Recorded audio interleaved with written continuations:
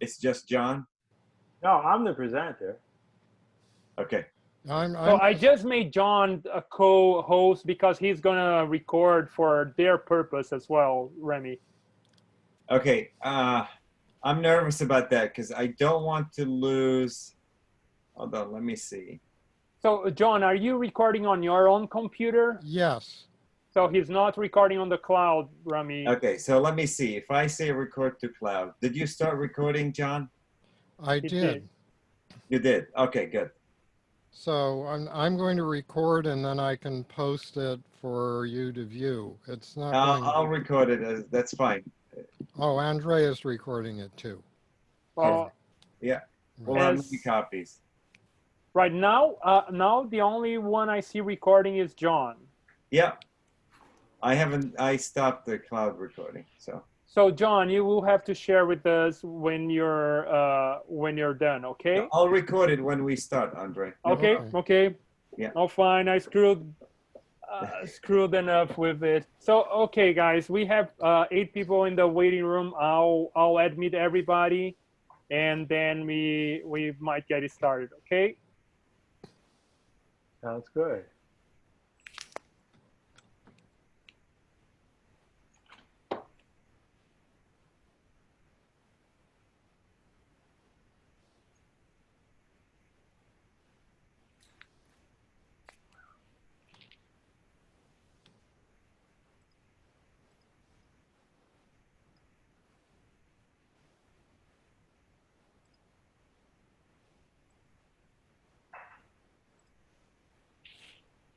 Right. Hi, everyone. Thanks for joining us tonight. Yeah, it's a lovely evening around here, and I'm happy to see that you guys decided not to ride to be joining us. So it's a privilege to us, I can say.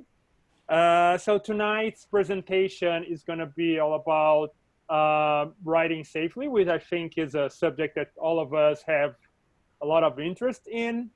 We have Gary Cziko coming, presenting to us straight from California, if I'm not mistaken. Right. So that's a good thing. I'm gonna present briefly an introduction to the program, talk a little bit about our presenter, and then Gary is gonna kick his presentation, which has some nice features for us. Whatever you think. Yeah, that's me. You're a lamb. I am a lamb. I love my lamb. Right, so The best. I would like just to provide you some background on the program, as the RIDE program was on hold, and is currently on hold due to the COVID pandemic. CRW decided to put together a webinar program to keep members thinking about bike riding and getting some additional information on how to ride better, more safely, how to keep on working out while not being able to ride outside and eventually ride solo. So there was a lot of good presentations. If you check the agenda of the program that's on the club's website homepage, as well as in the latest edition of Wheel People, you're going to be able to see what's coming next. And there's also a link to the Facebook club site where you can see recordings of past presentations. So there's a lot of great content on cycling there, and we would be happy to see you guys again on other presentations. So one particular feature of this presentation tonight that I would like to call your attention to is that Gary was kind enough to prepare specific polls for parts of his presentation, and it would be great if you could all vote and provide your feedback through those. And we are going to be sharing the results on your screen so we can have further discussions on that. You can also post questions you might have to the chat, and Remy and I we can read out to Gary, or at a certain point in the presentation, we're going to unmute yourselves or allow you to unmute yourselves to make questions live, if you will. This presentation is also being recorded and it's going to be posted on the Facebook Club site. So you can watch later on if you want and forward to your fellow riders that would benefit from the same content. So I'd like to talk briefly, and I will not read this blurb, but I was very happy to see that Gary has his own Wikipedia page, which is something very interesting. He was an educational psychologist, and he made an academic career. He had a couple of books published, and he took a lot of interest in cycling, as you can see in his bio here. And he's one of the leads in CyclingSavvy and is trying to expand its reach, as well as John Allen, who's joining us tonight. And he is making this presentation for us in the Boston area to add this to his palmares. So Gary, with that, I will stop presenting and you can take over and start sharing your slide deck, if you will. And we are gonna kick off the presentation. Okay, so let's see. Okay. Again, I'm trying to use two monitors here. I think I need to start it first, and then, okay, I don't see the presentation screen up there yet. Let's see what happens. Screen sharing has failed. Okay, I think because I opened something while I was sharing. So I'm going to go back to Zoom, share screen again. Yeah, that's looking better. Okay, PowerPoint. Is that working? Now we are starting to see your screen. Yes, it's showing in full screen here. Great. Okay, so there we go. Okay, so this is an introduction to CyclingSavvy, which is a traffic cycling educational program by the American Bicycling Education Association. The program started, I don't know, 10 years ago or so now. Kerry Caffrey and Mike Wilson put this together in Orlando. And I've been teaching it for quite a while, both in classrooms and on the bike. And I've adapted this. This is an introduction. This is a 1 hour introduction, roughly 1 hour introduction to CyclingSavvy to give you a feeling for what it's about. And one of my goals, really two goals. One goal is for you to actually, as cyclists, take away some things that will be useful right away. Even if you don't visit any more websites or buy John Allen's book or do anything, you should be able to improve your cycling safety and comfort just for the number of takeaways I have here. And the other purpose is to get you interested in going beyond that and getting into our educational materials. And we have some pre-introductory ones, and we have some paid, more advanced ones as well, and on-bike courses. And so those are the goals for this evening. So this is a little bit of my experience. I mean, I've had experience in, let me see, I want to close these windows so I can see my whole, how do I do that? Stop pin video. Okay, I got rid of it. So this shows my passion for cycling. Involves touring, commuting, racing, utility cycling, instruction, legal protection of cyclist rights. So I've been over 50 years or more, all aspects, you know, on 5 different continents, touring, racing, and commuting. And most relevant to this evening's presentation is that I became a league cycling instructor and a CyclingSavvy instructor in 2011, the same year. But I've only been doing CyclingSavvy because I really love their program and it fits with how I like to teach. I introduced CyclingSavvy to Illinois, where I was living at the time, at the University of Illinois, California, Arizona, and Washington State. I'm a board member for ABEA, which is the parent organization for CyclingSavvy, and CABO, which is the California Association of Bicycling Organizations, which is a state group here. I've been an expert witness for cyclist rights in California. I moved here in 2013, Los Angeles. And I've also been involved in materials development for CyclingSavvy. And I'm a contributor to the Savvy Cyclist, which is our newsletter, which you can get for free. And John Allen has also been a big contributor there. So that's a little bit of a background. Now, I know cyclists want to make sure that they're listening to somebody who knows how to ride a bike. So here's a little 90-minute clip to give you a little bit of a taste of Los Angeles cycling scene. This is in my neighborhood near LAX, the airport. This is the Westchester Parkway ride. And we get out there on Tuesday evenings during daylight saving time, 6 laps, 12 straightaway races, essentially of 2 miles, and regroup after each one. And it really is a lot of fun. So this is just about exactly a year ago. On the left there, we have Roger Nürnberger, who is in his early 60s, taking off at the beginning of one of the laps. I don't know if you can hear that, but I get on his wheel and we pull away from the bunch.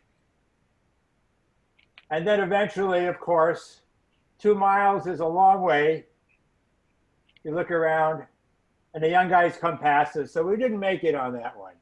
So this is just a little bit of a feeling for some of the different cycling activities we have around here. And you can see I'm a pretty vigorous, competitive cyclist, even though I'm in my late 60s now. So that's some of the fun we have around here. The overview of what I'm planning to do this evening is to take a video look at what we call savvy cycling, some questions and answers about savvy cycling, and that's when some of the polls will come in. Overcoming barriers to cycling, some takeaways, which I mentioned, to make you a safer and more confident cyclist right now after this evening. And then some of the many resources that we have, courses, other materials for you within the program of CyclingSavvy. So that's our introduction. We're going to start off here with about a 4 or 5 minute video. I'll give a little narration as we go through here. And this is put together by Kerry Caffrey and Mike Wilson of cycling in Orlando. There's Kerry on a cruiser bike. Nice easy pace, controlling a narrow lane. Is the music coming through too? I cannot hear the music. Okay, well, that's not that important. We'll work on that. Here we have an additional lane coming in from the right. She needs to merge right, so she communicates. Not only communicates, but also rewards with an acknowledgement. Narrow 2 lanes with a stay back signal. And then when the oncoming traffic clear, again, communicates to the motorist that they can pass, and acknowledgement. Notice the cyclist here is staying to the left of the lane, and she can see the oncoming motorist wanting to make a left turn and vice versa. So no left cross there. Being relevant. Staying in the center of a through lane allows the motorist to turn right behind the cyclist. Now, why is Kerry moving into that middle lane? Well, no cars behind. And it turns out that that right lane, although not immediately, but eventually, will become a freeway on-ramp. Notice the scooterist also goes into that lane. So no conflicts, avoids getting right hooked by motorists wanting to get into that right lane. Now this is a little bit confusing when you first look at it. Why is the cyclist here going into lane 2 from the left? You figured she'd be in the left lane if she wanted to turn right, and the right lane of going through. Turns out she wants to make the second left turn. And that lane that she went into led directly to this left turn lane with no further lane changes. as she went in. So that's planning ahead, being strategic. Being assertive, not hesitating to let other drivers know where you want to go. Almost all the time, motorists will be cooperative as long as they know what you want to do.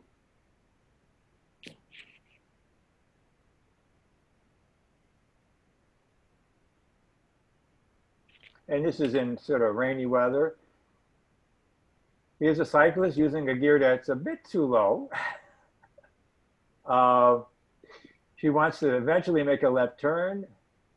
She has a mirror, but actually turning her head around is an important signal to other motorists, indicating that she wants to come over. And traffic is slowing down for a red light. That's usually a very good spot to move over. Now, this is a high traffic, fast road here.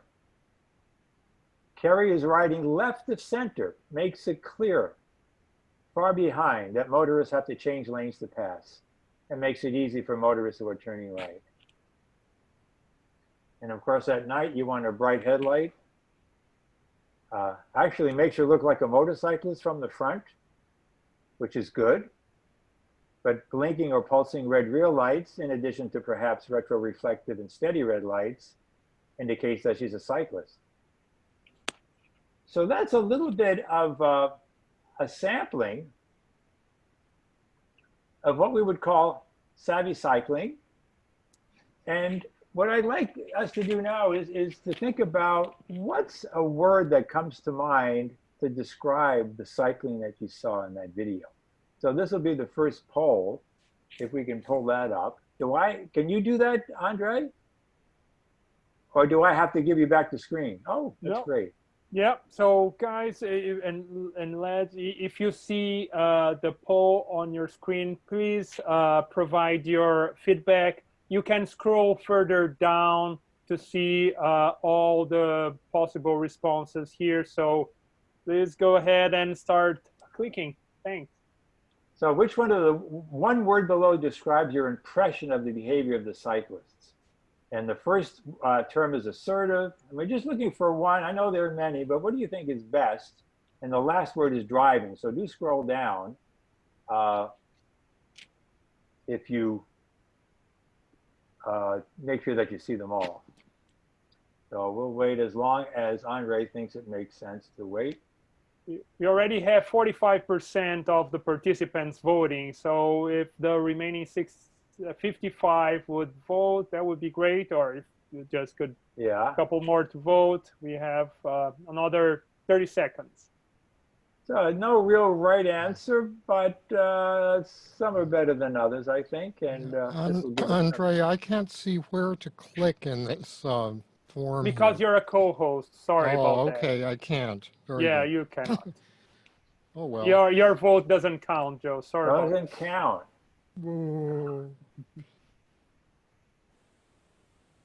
So I wonder, Gary, if you cut the sound of the video, because there was a lot of honking, cars honking, and the horns blowing behind her. Was that real, or am I making this up?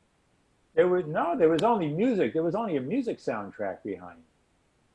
All right, so I'm sharing the results now. So Gary, can you see those? Yeah.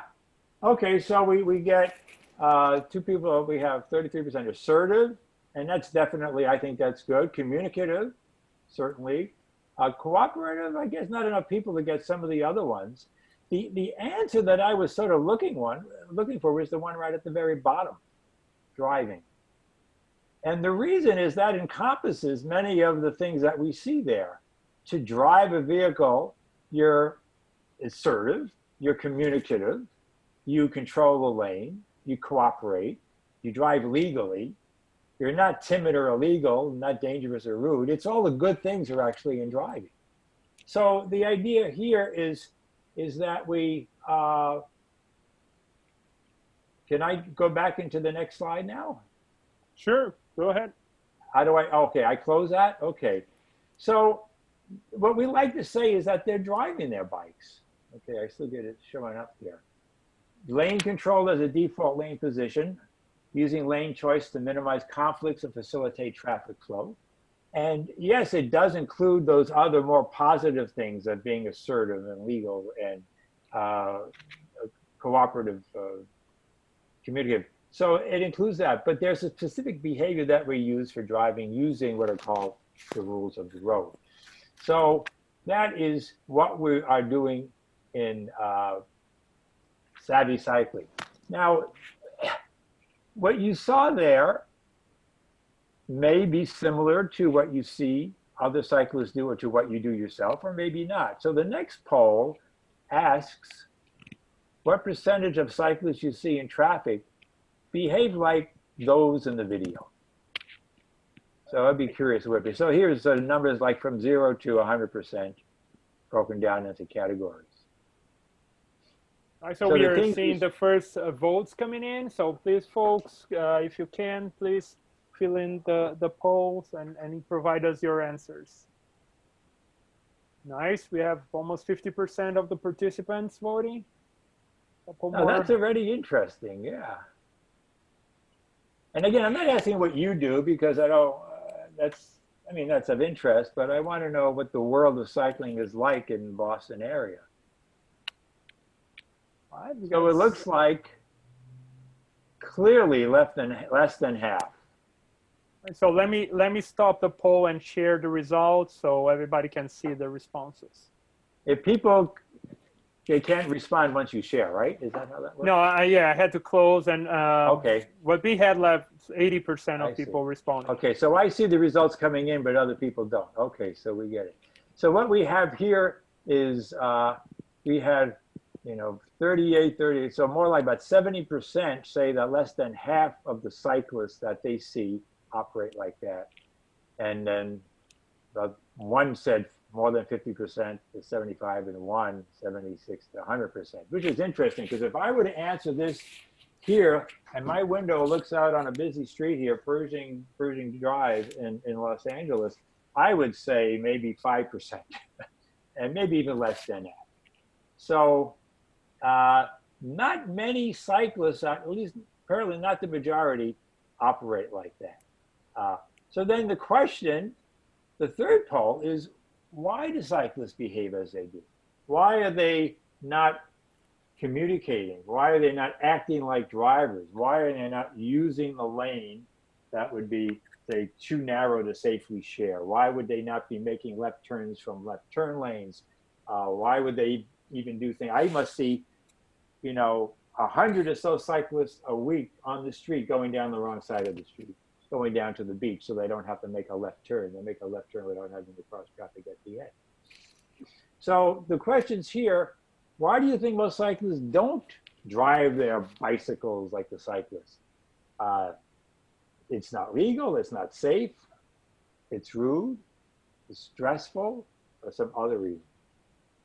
So we have here, okay, well, I see what's coming in. I shouldn't say anything until we actually share it. This is interesting. I like this. So I'll wait for, okay, I finally see it now.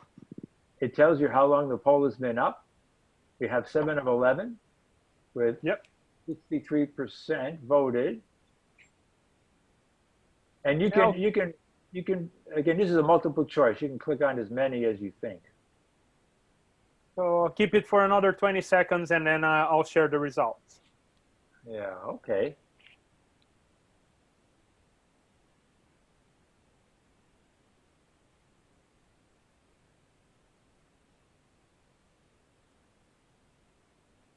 Alrighty, so here you can see the results. Yeah, so we have a couple of people saying it's not legal to do this. About half the people saying it's not safe. Nobody said it's rude, which is interesting. And we have most people saying it's stressful, and one other. And those 4 answers are what I typically get when I do this in a classroom. And I just ask, open-ended, why don't more cyclists do this? Why don't they ride like this? And these are the things that come up. So what we're going to do is look at these 4 questions. Legality, safety, rude, stressful, and take a look at the extent to which cycling like that fits into those categories, how it relates to those. So I'm going to, I don't know if we shared the results. Okay. Do I have to share the results then? So I stopped sharing. I think you already went over it. Okay, I think we're both sort of stepping on each other here a little Yeah, bit. so you can Okay. let me run it and I'll follow your I think that's fine. So, I mean, this gives us some motivation to go ahead with the questions I set up with the ones that I find about it. So these are the questions that people are worried about. They'll say, well, doing that, controlling the lane, acting like you're driving a car, is that legal? They say, is that really safe? Isn't that dangerous? Even if it is legal and safe, isn't it rude? You're a narrow vehicle. You're not moving very fast. Isn't it rude to hold up traffic? And isn't it stressful to be out there getting in the way, as some people say, when you're operating your bike? So let's take a look at those one by one. Is savvy cycling legal? And as you saw, the default position here is controlling the lane. In all states, bicyclists are considered drivers, having the same rights and duties as drivers of other vehicles, with some exceptions in most states, except for certain regulations and provisions which have no application to cyclists, like you don't need 2 headlights and you don't need to have certain other equipment things because you're a bicycle.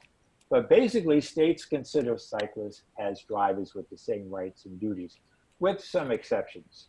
Now, one of these exceptions that comes up is what it's called the far to the right law. And this is taken from the Universal Vehicle Code, which is based originally on some California laws, and then other states copied it and modified it to their liking.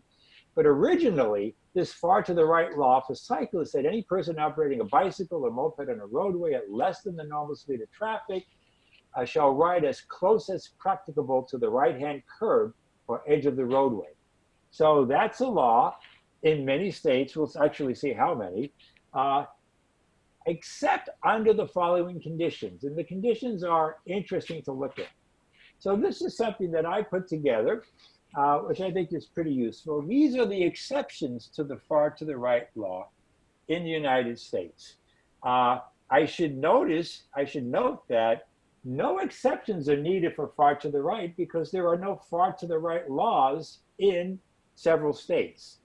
And those states are Arkansas, North Carolina, Indiana, Iowa, Massachusetts, Pennsylvania. So in those states, there's no far to the right. You don't need any exceptions. So you have the right to control the full lane.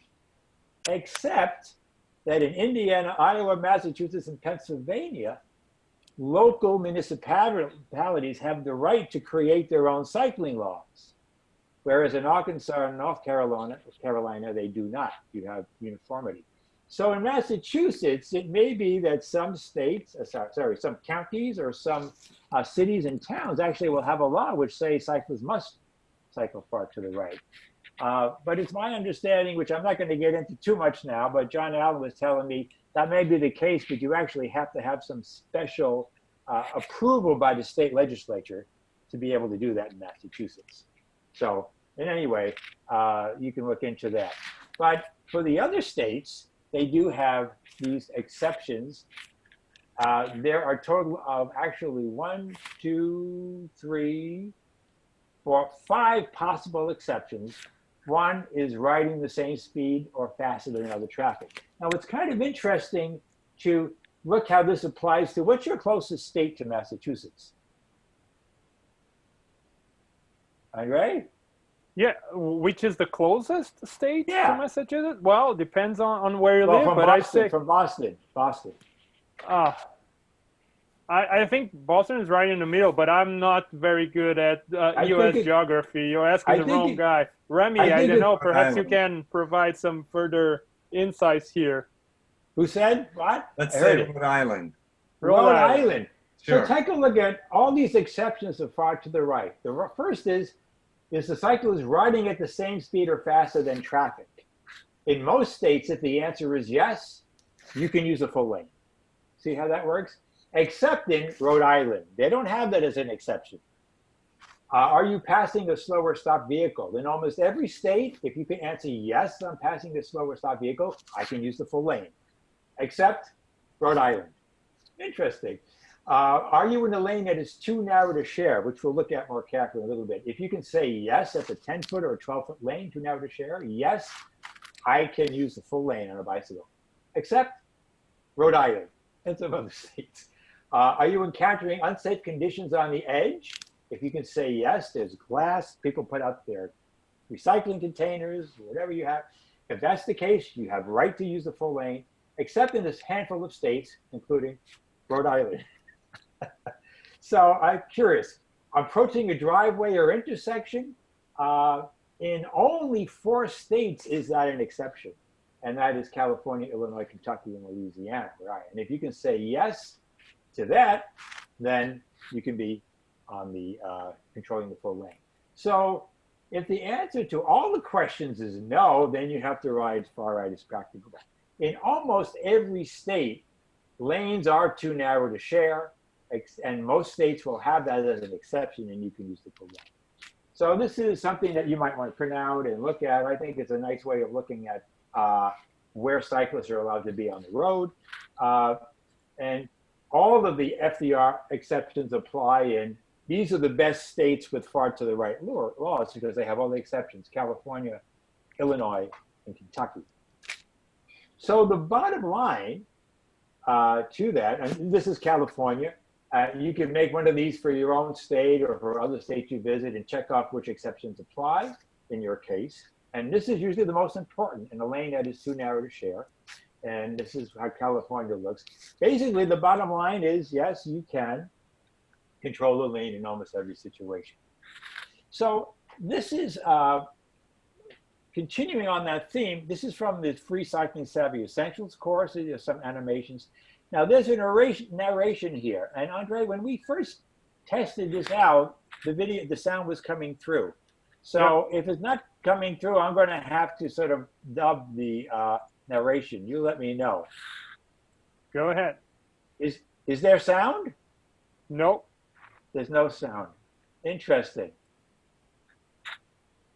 Okay, so, oh, actually, this one doesn't have a narration.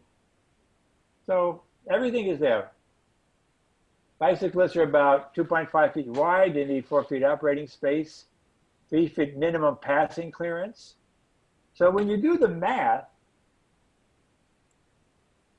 this is showing that when you take a typical lane that is usually 12 feet wide, sometimes even 10 or 11 in cities, cars take the whole lane by default.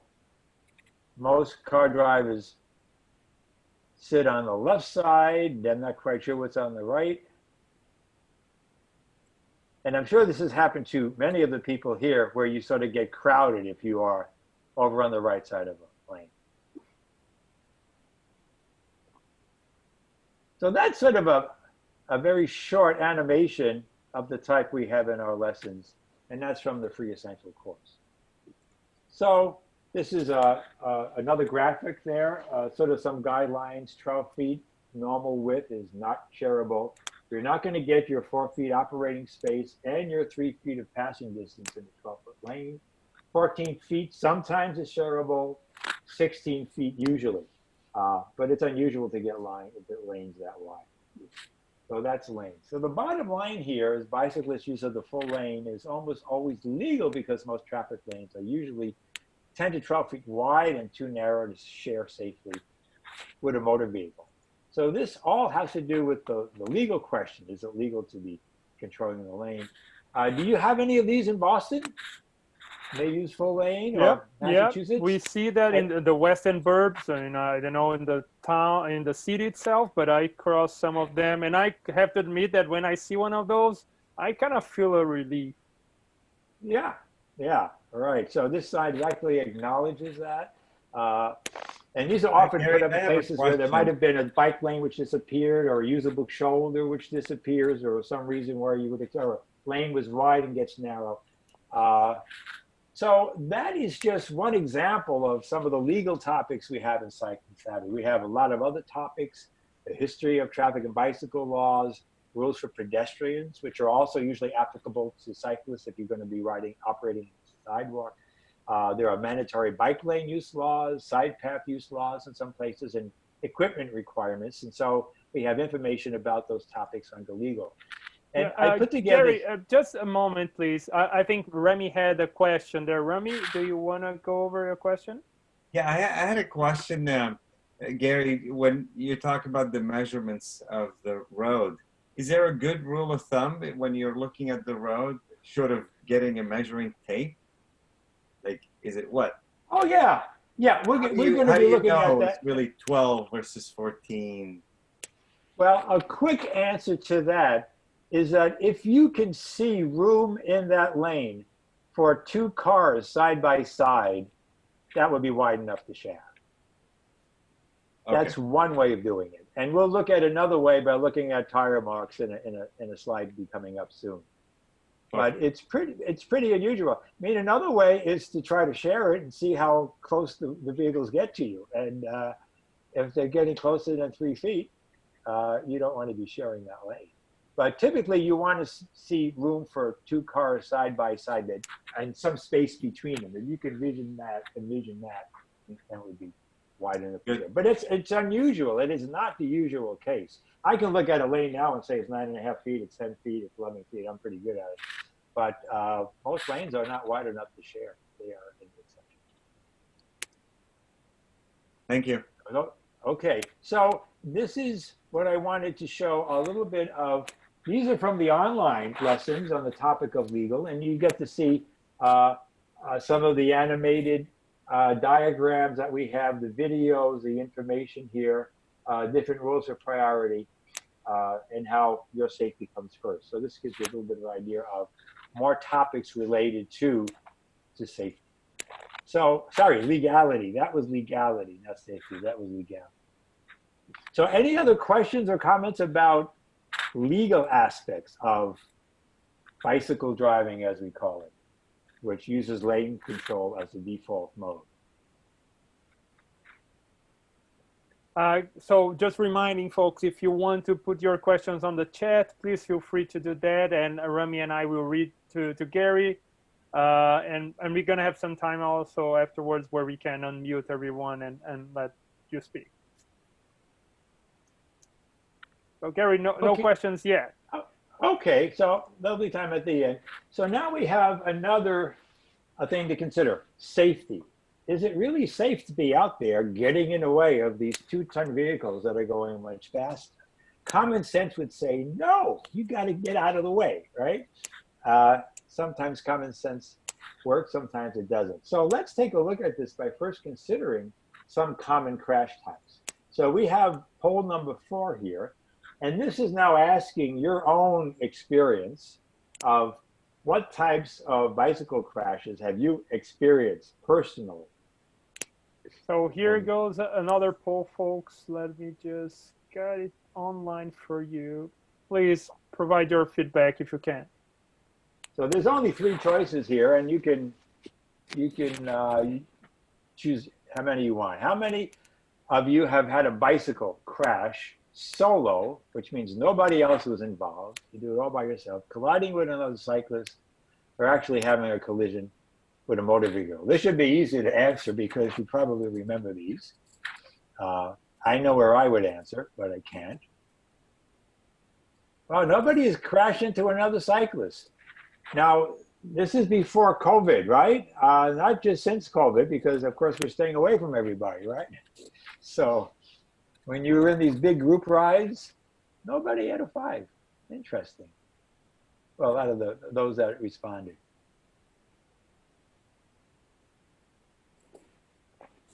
Couple more seconds, folks, and we're gonna share the results. Give him another 15 seconds. This doesn't really take a whole lot of thought. It shouldn't.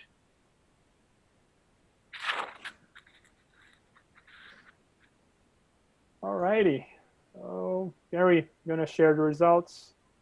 Okay, so so everybody's looking at the results now. You can see it. Okay, so what we have here is the most common was a solo crash with no one else involved. It's unusual that nobody had a collision with a cyclist because typically in a larger group, that's the second most popular.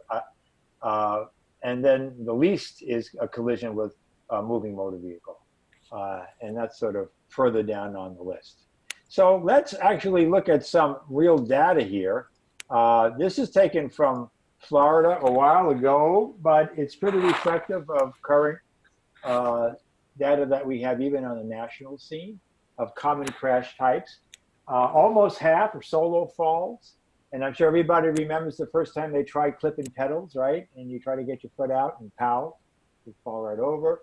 18% with moving motor vehicles, 17% with another bicyclist, and then a bunch of other smaller categories of stationary motor vehicle, and other animals or something like that. So the solo falls are pretty popular. Where do you find things that make you fall? What are the things that make you fall? Here are some examples: railroad tracks, sand or gravel, potholes, cracks, gutter seams, drain grates, bollards, and guy wires, right? So these are the types of things that can get you in trouble. Then the question would be, where are most of these hazards located? Where do you find these? Now, railroad tracks go right across the road, of course, and if they're at a shallow angle, there are ways of handling that. But these other things, sand and potholes and cracks, gutter seams, they tend to be on the edge, right? So in terms of solo falls, the edge can also usually be the worst place to be. So the crashes that most cyclists are concerned about, however, are crashes with motor vehicles. So we blow up now the 18% of all these crashes that are involve a cyclist and a moving motor vehicle, and you can sort of see where they're coming from, right? So first of all, you get a lot of them, pedestrian behavior on the sidewalk, particularly facing traffic.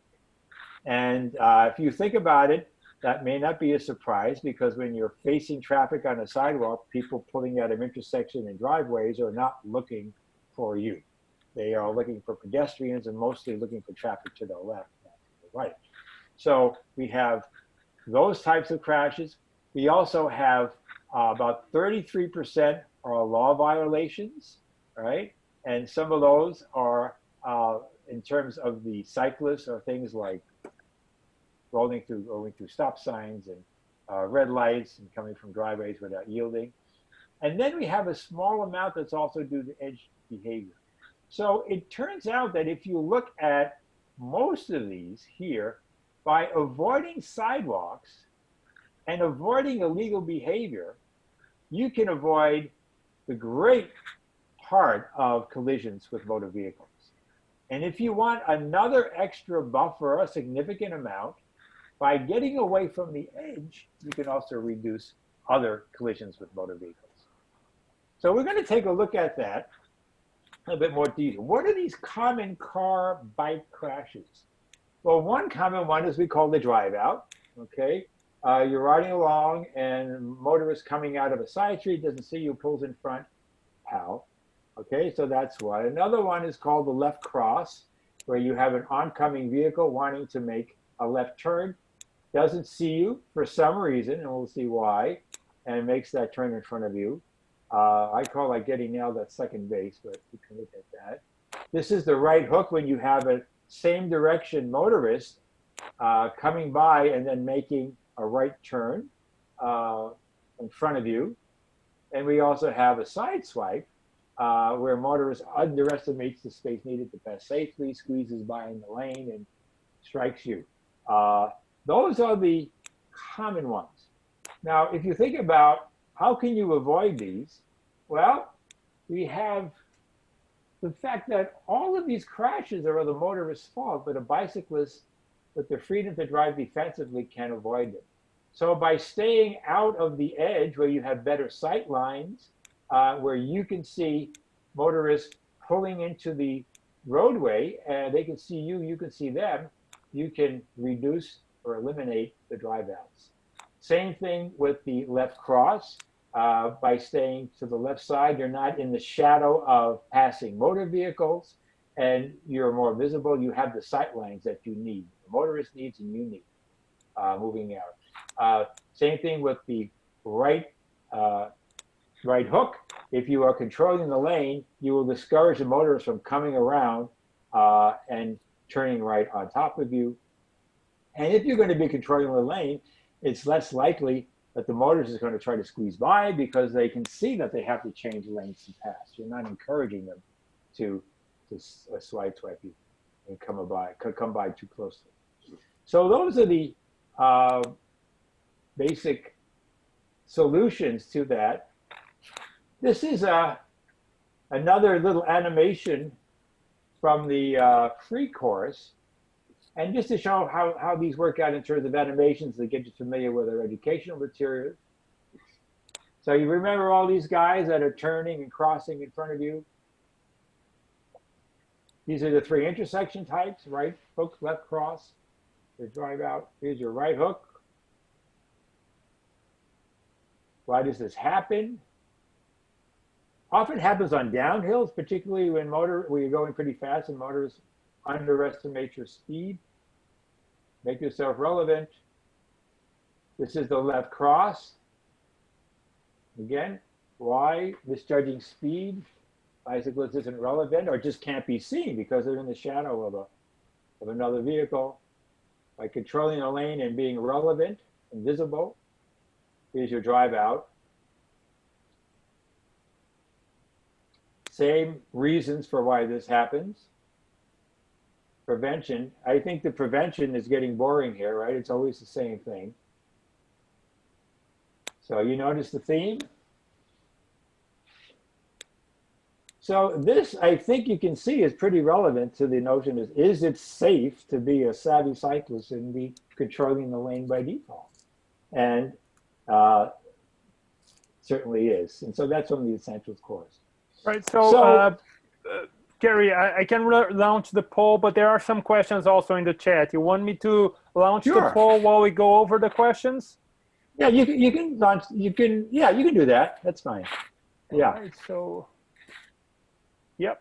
Here we got the poll on communication. There you go. And while people are answering to it, I'll read out the questions. So. One here is Sam asking, is there a source of these statistics that you mentioned? Is there a website or anywhere that compiles these statistics and we can have access to? The one that I was showing comes from studies that come out of Florida. And I do have a reference for that somewhere, but I don't have it handy right now. Going way back, there was the so-called cross study. It just goes back quite a while, which had very similar results. John Forrester talks about those a lot. There's also some studies, I think the Institute for Insurance, whatever it's called, insurance people, highway safety or something like that has some of these as well. But I can try to get those references if somebody wants and send them on to you, Andre, if you want. That would be a good idea, I think. Yeah, thanks, Gary. Another question we have here from Rami is how effective are head and tail lights to avoid these accidents? Anything that's going to make you more visible and noticeable can certainly help. But one of the things that we find is that even when you have extra taillight, daytime running lights or whatever it is, if you're in an irrelevant position, if you're off to the edge, that still doesn't help. So, and Mike Wilson actually has this article where he shows he's wearing a very bright fluorescent vest, but he's in a bike lane and he gets right hooked versus being in the shadows without that and controlling the lane and getting very different behavior. So really combining both of those is the best thing, is to be visible, what's so conspicuous, but also you want to be controlling the lane. And remember that for some of these collisions, such as the left hook or the drive out, these can happen because you're screened by another vehicle. So even if you have all these lights blasting and there's a bus passing you on the left, that motorist who's making a left turn oncoming can't see you no matter how many lights you have on. So you don't want to be in a position where you don't have the sight lines. So these things only work if you have the sight lines. So the sight lines are really most important. If you're going to add to that with lights and bright colors and other, you know, conspicuous elements, then that's good. But the sight lines is really very important. Thanks, Gary. Okay. We have a further question here. Jan is asking, when there is a bike lane, is it illegal to share full lane? That depends on the state. John Allen, I'm sure, knows about that from Massachusetts. But some states have mandatory bike lane laws and some states do not. California does have a mandatory bike lane law, but it has all those, 4 of those 5 other exceptions, including any place a right turn is authorized. So if there is a bike lane in a residential or commercial neighborhood that has residential and commercial driveways, legally in California, you don't have to use the bike lane. I'm not saying all the police officers know that, but that's the law. So that depends upon your state. So I'm sharing the poll results. So if you want to comment that, Gary. Yeah, well, this looks pretty good. So by far the best 2 things for communication with motorists behind, hand signals and lane position. And certainly hand signals are important for communication, but lane position as well. And I would argue that lane position is even more important. The reason being is that you are always signaling with your lane position, right? What % of the time are you having your hand out indicating turning left or right or slowing down? You know, a very small percentage of the time. But you're always telling motorists, being on the right edge, come by and squeeze past.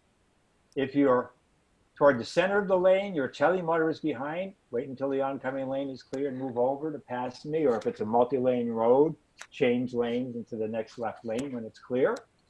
And you can actually move further left.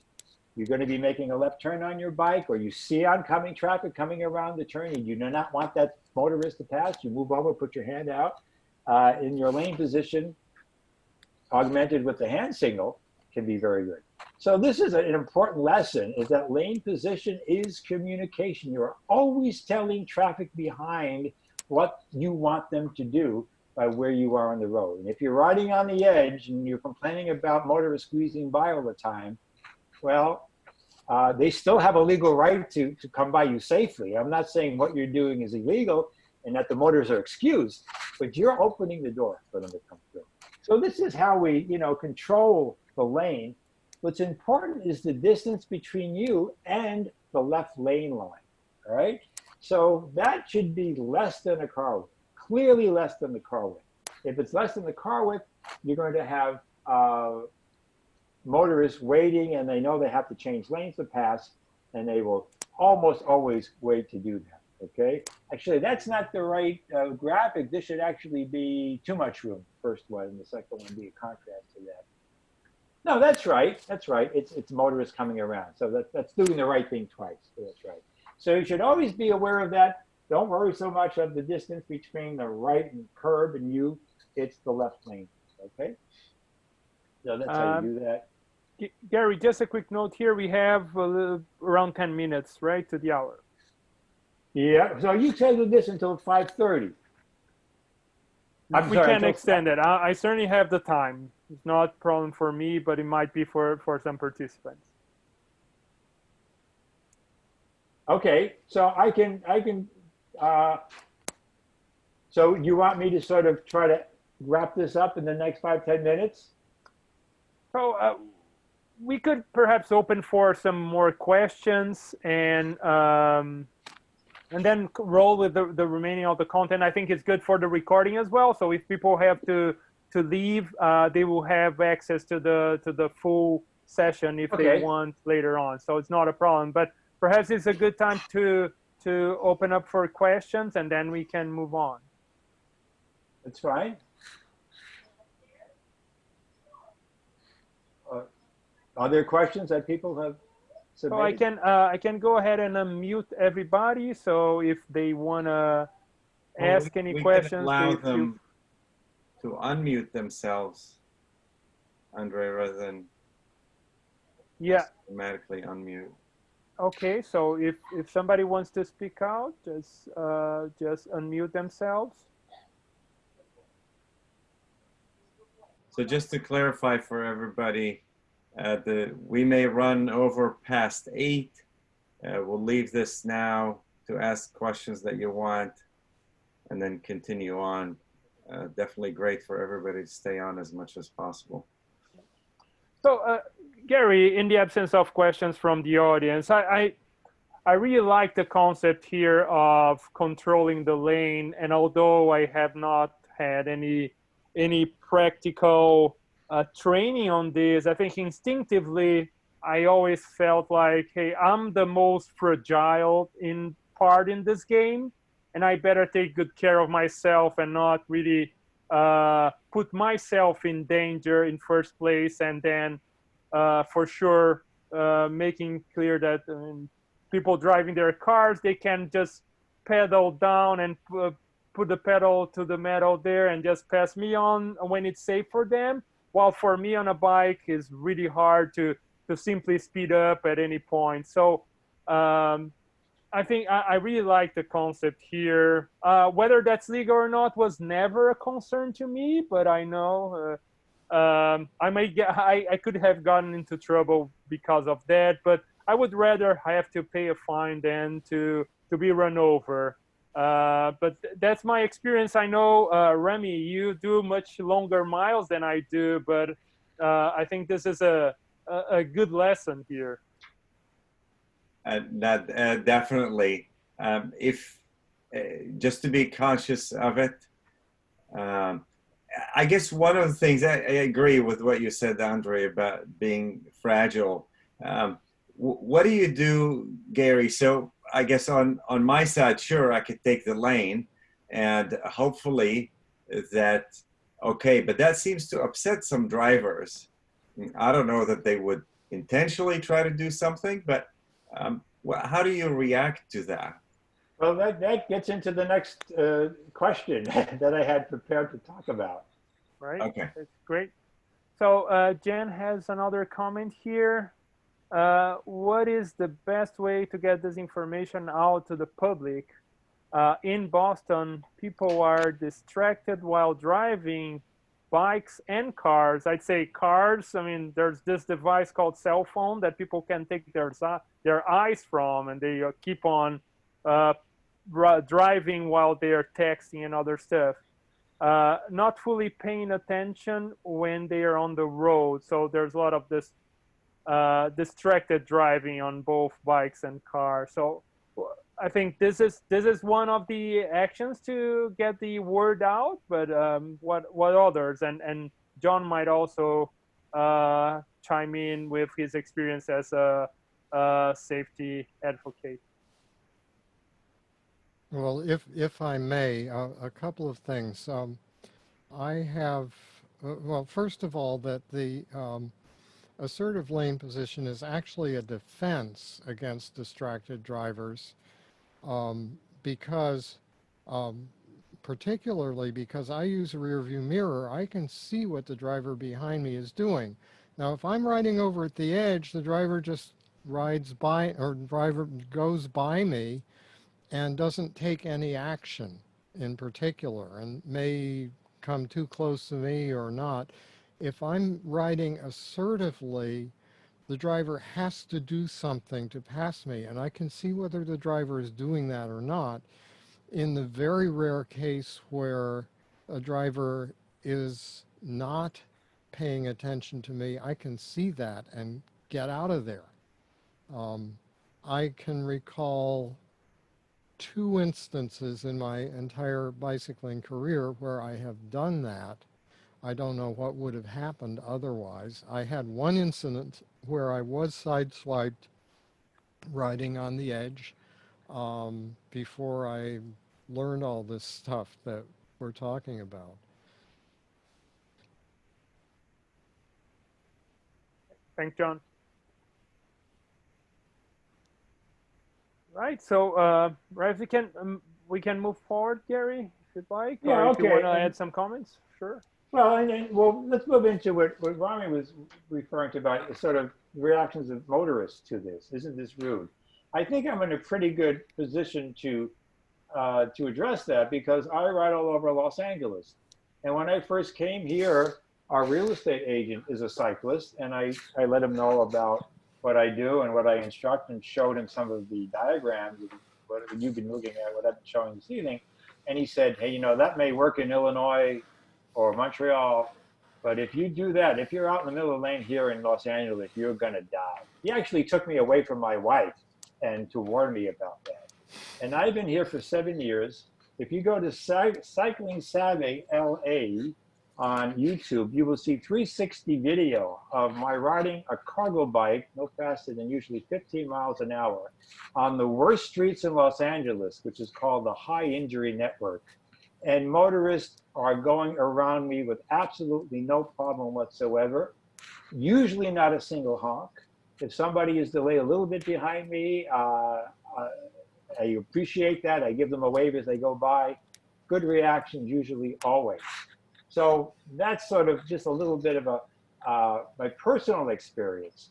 But more generally in CyclingSavvy is this route, we teach a number of techniques to be cooperative with motorists. And we actually have better interactions with cyclists, with motorists, and cyclists who are hiding on the edge and getting in the way that way. So, for example, this is probably something that many of the cyclists here already do. You pull up to a red light, you're the first there, and this is a lane, there's a right turn lane and a through lane as well. And you know that if you get over to the left side of the lane, you can let motorists turn right on red, right? So we call this release on red, okay? We have other ways of doing these types of releases. We have what's called control and release, release on green, slow and release. So we do teach to be conscious, mindful of our impact on traffic and who's behind us, and always looking for possibilities to allow faster traffic to pass when it is safe to do so. And so by doing that, we actually have decent and good interactions with motorists for the most part. So it seems maybe counterintuitive, but it actually works. And so some of the route related topics in the online CyclingSavvy lessons, we look at what actually delays traffic. And it's no surprise that it's really not bicyclists that delay most traffic. It's other cars, of course. I mentioned some of the different traffic release techniques that we have. Nobody else teaches this stuff. How to interact with uncivil drivers. And these are included in the basics and the mastery course online at CyclingSavvy. And these are just some of the lessons, my little mosaic of how to, what we call it, release strategies, stress release, lane control actually makes passing easier, easy ways to avoid right hooks, what are the common causes of delay, to make you feel a little bit more comfortable in being part of the traffic. So there's lots of techniques there. The last one I wanted to talk about is, isn't this stressful? And if we go back to the first or second poll, this is one of the most popular ones, that people don't like to ride like that because it's stressful. So we teach ways of making it less stressful. So when we do our CyclingSavvy on-bike course, we do what's called the Tour of Boston or the Tour of Los Angeles or wherever we are. We look at things like this. You have to make a left turn on a big road. Now, one way to do that is to merge over when it's clear into that left lane and get into position to make the left turn. If that doesn't work, very often if there's a red signal ahead, motorists slow down and it's pretty easy to negotiate your way through that traffic. So there's another way of getting over there. If that doesn't work, there's another opportunity. This is what we call a jug handle left turn. Or you can even go to the other side if there's a parking lot and come around there. So we have different ways of making things easier. And one of the first things we do on the tour of the city in CyclingSavvy is we will take students out for the first thing. We'll find a side street coming into a big road like this, and we have them enter the road and make the next left turn. And we do it by, number one, waiting for a green light, so all the traffic is stopped. When the cross traffic is stopped, we get the green light. We ride directly into the left lane. Usually there's enough time that not even any traffic gets released by the signal. We come into that left turn, make that left turn, and it is so easy. Something that most of the students at that point have never ever done in their life, turn right directly into a left turn. So there are techniques like these and many other techniques that we teach to make things less stressful. And then another part of that is understanding that if you are riding on the edge, look at all of the conflicts that you run into here. Car doors opening, right turns, right hooks, drive outs, you're not visible, somebody pulls out of a parking space, runway cyclist, another right hook. This is the world the edge cyclist lives in. Just by moving over to the left side of the lane, you have eliminated many of those conflicts and mitigated the other ones with good sight lines so you can still see what's happening. Where would you rather be? Would you rather be up here on the top in that world? That to me is very stressful because I know all of the conflicts that are there. The uneducated cyclist doesn't really realize it. They just want to get out of the way and they're putting themselves, exposing themselves to all those dangers. I know that if I get out here, I am not going to get doored. I can see traffic coming. I'm not going to get right hooked. It is so easy. And if you look at some of my videos and you can see, and all the CyclingSavvy videos, and you can see how that works. And occasionally in LA, every 2 or 3 months, you know what happens? I get a car honking at me, motorist honking behind. Doesn't like where I am. And the honk says to me that, oh, this guy is a bit of a nut. But more importantly, he sees me or she sees me and I'm safe. Because when a motorist collides with a cyclist, the first thing they say is, I didn't see him. You can't say that after you've honked. So right away, you know you're safe. Every 2 or 3 months, and I put up with that, and I just sort of wave and tell them to come around, you know, no problem. So having the knowledge and the experience really takes the stress away if you get out there. This is what the on-bike courses are really good for because you become part of a bit of a tribe. We go through this, you have a common experience. And if you're having courses in the Boston area, hardly recommend this. So these are some of the other stress-related topics that we teach. Lots of things, not only interacting with motorists, but also understanding interchanges, understanding the signage. The only educational program that exists that we look at bicycle-specific infrastructure. How do you handle bike lanes safely? When should you not be in a bike lane? What about bike boxes and cycle tracks, shared use paths? How do you plan your routes? All of that is included. And this, again, is just some of the online lessons that we have about that. So what I was going to sort of stress for time here, look at some other barriers. I had some things here about e-bikes and how they can eliminate barriers to cycling. Too far, too sweaty, too far, too hot, too slow. That is a big thing. This is my daughter-in-law and 2 grandkids up in Eugene, Oregon on an e-bike, cargo bike. She takes the kids to school on this, which would be very hard to do on a regular pedal bike, particularly since the school for one of them is up a steep hill at the end of her ride. So we have some information about that as well, some of the bike laws in California. Some of the principles of CyclingSavvy are there. So at least clicking through these, we'll put them on the video and people can spend time and look at these. These are the 6 takeaways. Communicate with lane position. You're always telling motorists behind what you want them to do. Okay, so use that. Avoid the door zone. Avoid right turning trucks, which I didn't actually go through, but we have materials about that. Enhance your visibility. Think about having an e-bike if it's going to allow you to cycle places that you wouldn't be able to without. And then we have the resources at CyclingSavvy. We have a free membership. We have a basic online course, a master online course.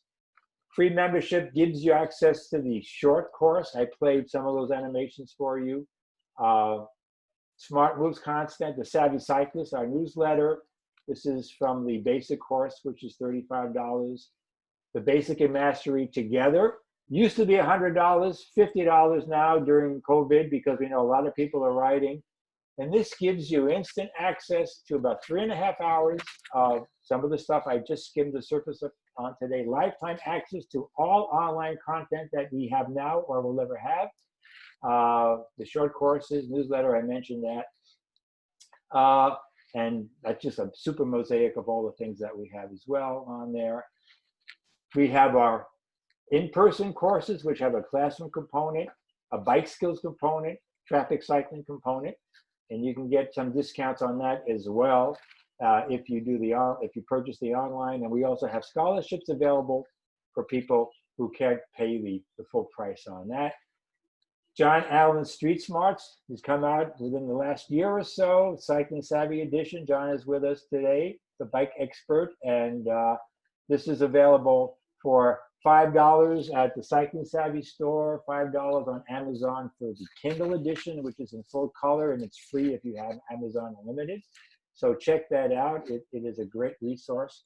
And that's sort of the beginning. And while any questions come, I'm going to let that run, because when I do this with clubs, I follow up the second hour with group cycling stuff. So you can sort of take a look at, as we talk, some of the things that we look at in terms of lane position and strategic lane choice and double file and whatever. So I'm just going to sort of let that run as sort of a teaser if you wanted to have me come back and do the sort of the second half. It's great. Thanks a lot, Gary. Yep. Good stuff. I think everybody can learn and from the takeaways you provided here to improve their safety while riding. So we have another question here from Rami. So do you ride to the front of cars on a red light or wait behind cars? Oh, yeah. Typically, we act as traffic.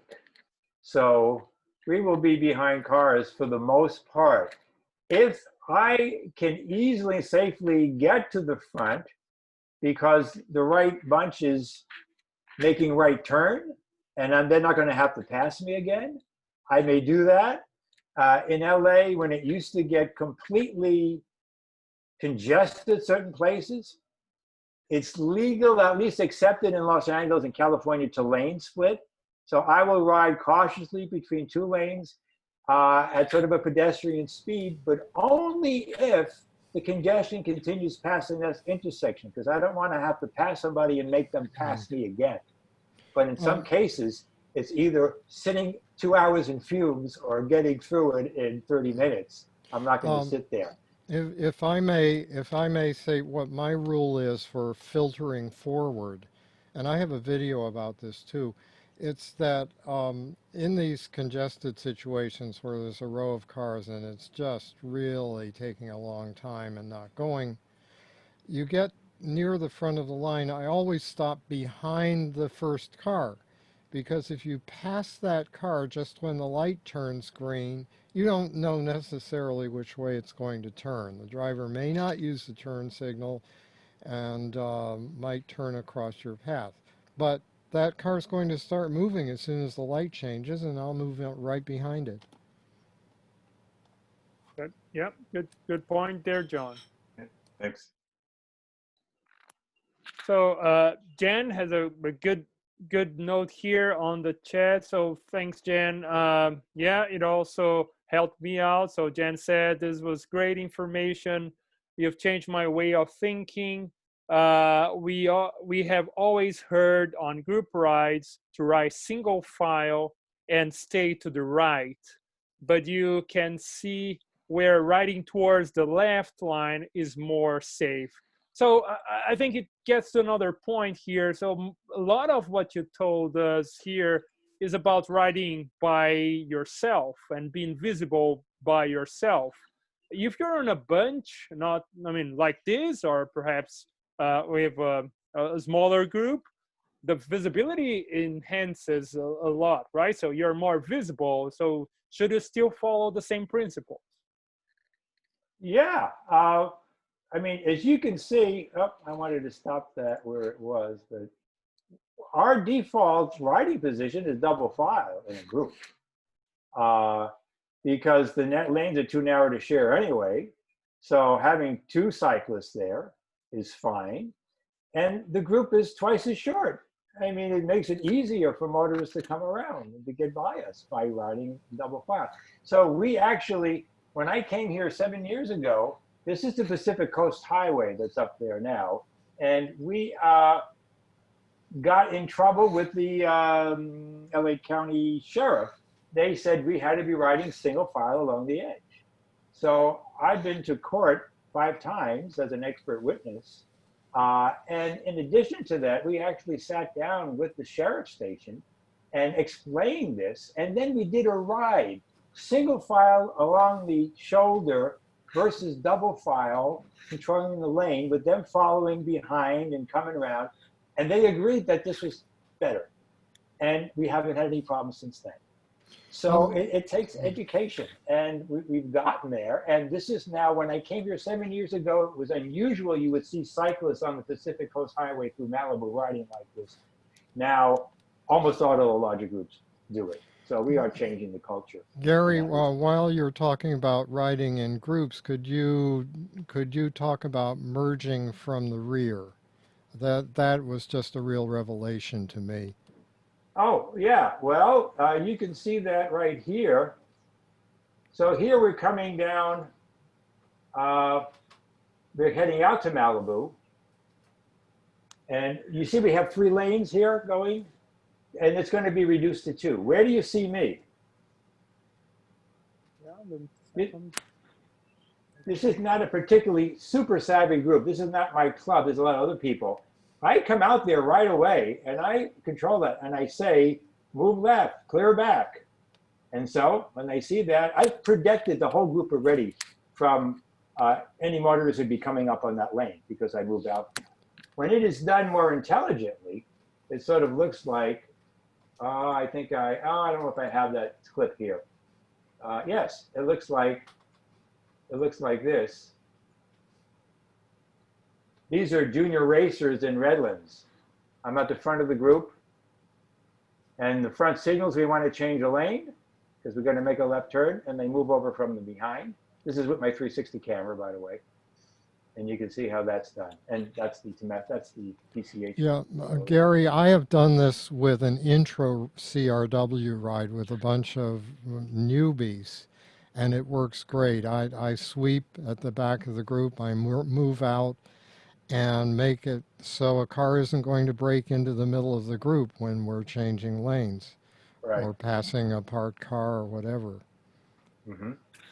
So, if you don't mind me kind of slightly changing subject here. So, I mean, the situation I want to describe is when you're riding by yourself or with a group, and then a driver kind of drives through the group in kind of a dangerous or aggressive way, so putting the riders in danger. I mean, do you have any experience of I don't know, going to the police and reporting that? So is there a protocol to be followed, or simply leave it as is? Because I mean, sometimes you really get annoyed by people putting a lot of riders in danger. I don't know if you have experience with that. Well, yeah, I mean, that can happen, and then it's up to your, local situation, depending upon how the police are receptive to that. But if somebody is actually being dangerous, intentionally dangerous to the group, that should definitely be reported. And many cyclists have video now, and you can use the video as well. But I would move back a step from that and say that my only experiences now in California over the last 7 years with something like that was when we didn't do this lane change from the rear. When we did it from the front, because I was waiting for cars to pass, and people at the front got impatient, started coming over. Now you have the group coming over in the front and a motorist not knowing what to do, and cyclists not knowing what to do, and we had nasty interactions. Nothing really dangerous, but bad things can happen. So try to prevent that from happening, and by having, I call this a got your back lane change. Is one way to be able to handle this. And also releasing traffic when you can, when it's safe, can help with that as well. So prevention, I think, is the best way to do that. And cooperating with other motorists to make things safer. And if somebody's actually putting people at risk, yeah, certainly you want to report them. And if you have video, even better. Because in California now, you can take, even if they passed a couple years ago, even if the law enforcement decides that they're not going to pursue somebody, you can pursue them in civil court as well, and have a good chance of getting some damages from that. Great, excellent, thanks. So we have a few people left in the call. I don't know, Gary, do you want to go over any other particulars of the presentation, or should I call for further questions and then we wrap? Well, I just, one other thing I wanted to cover, what I sort of went through, which was one of the takeaways, which I think is important. If I can find it back there, why doesn't this scroll better than that? Does this go this way? Is the safety thing on the, here we go. Nope. Yeah, so we have the notion of trucks just not getting on the right side of trucks. So Kerry has some great slides about this, understanding that trucks make wide turns, and when they make a turn wide like that, they do this because of the trailer off tracking. It looks like they may be going straight and then they turn. Incredible blind spots on a semi-truck driver. Lots of workload. They're watching curbs and oncoming traffic on side streets, and difficult for them to worry about you. It's a moving screen as well, so even if you're not directly to the right, if you're still too close, other traffic may not be seeing you if they're turning left. So basically, this is really important. If you see a slow or stop truck ahead, just do not pass it. You don't go there. Don't pull up to the right side of a large vehicle like a truck. And if a truck or large vehicle passes you and slows, brake until you are behind. You just do not want to get there. So this is one of the important takeaways. I just wanted to get it up there because too many cyclists get seriously injured. And in fact, one of the reasons, unfortunately, that I've started doing these courses for Big Orange, which is my club, and other clubs here, is because about 5 years ago, we had a cyclist in Palos Verdes that was killed by a right-turning truck. He was coming down on a pretty fast descent on Hawthorne Avenue in Palos Verdes, and Mayflower moving truck right hooked him and dragged him for about 250 feet. He was killed. Yeah, it's the largest cause of fatalities to bicyclists in the Boston urban area. And bicyclists just get lulled into the idea that, oh, I've got this bike lane, so it'll be safe. The truck will stay over there, and I'll stay over here. Well, then the truck turns. Yeah. It's tragic. So that's, I think, I mean, a lot of information. I think I got most of it up there if people want to look at this on the video again. But two ways of following up are using the resources of CyclingSavvy. I mentioned all the different course materials we have, some free, some paid. And if at some time you want me to do the group specific stuff, and I gave you a little bit of a teaser there with the video, I'd be happy to come back and spend some more time with you guys. Yeah, well, I have in-person courses in the Boston area. Unfortunately, they're suspended now until we figure out how to deal with the pandemic. That's one of the topics we're working on as instructors. We have to revise it so that we maintain social distance. But we'll be back. Yeah. Yeah. Yeah, I mean, so many cyclists are coming out of the woodwork now. I mean, people on bikes that don't want to take public transportation, I think is one of the major drivers in urban areas. And in some of the more suburban areas, people want to get out and get some exercise and are getting on bikes. So a lot of people, bike business seems to be doing pretty good, given what's going on here. So this is great. I really enjoyed going through this once with you guys and seeing how it works. And I'm going to try to be doing this now for my own clubs because I haven't had a chance to do this. I had some in-classroom stuff scheduled for May. It didn't happen, but now we have an alternative. So I really appreciate it. Andre telling us, setting this up and seeing how it works. And I see how the polls work. And this is really good. One question I have is there a way, not that I need it for this session, but do you have a record of people who showed up and when they were here?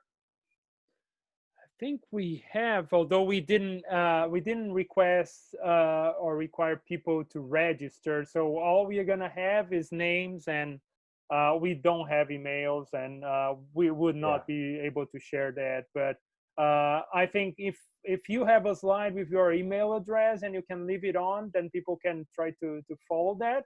And of course, if they reach out to me as the contact for the program, I'll be more than happy to point them to your direction. Yeah.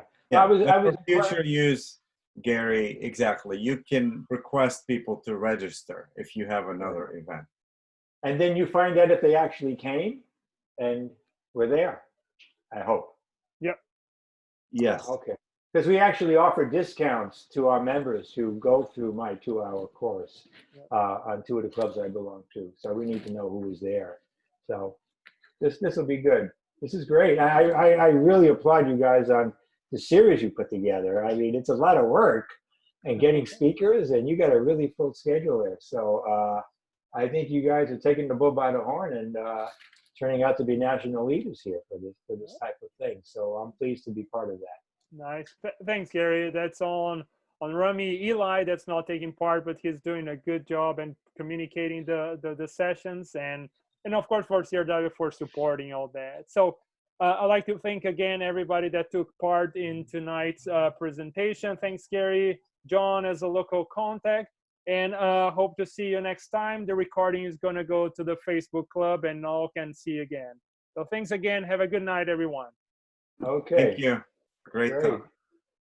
Thank you. Bye.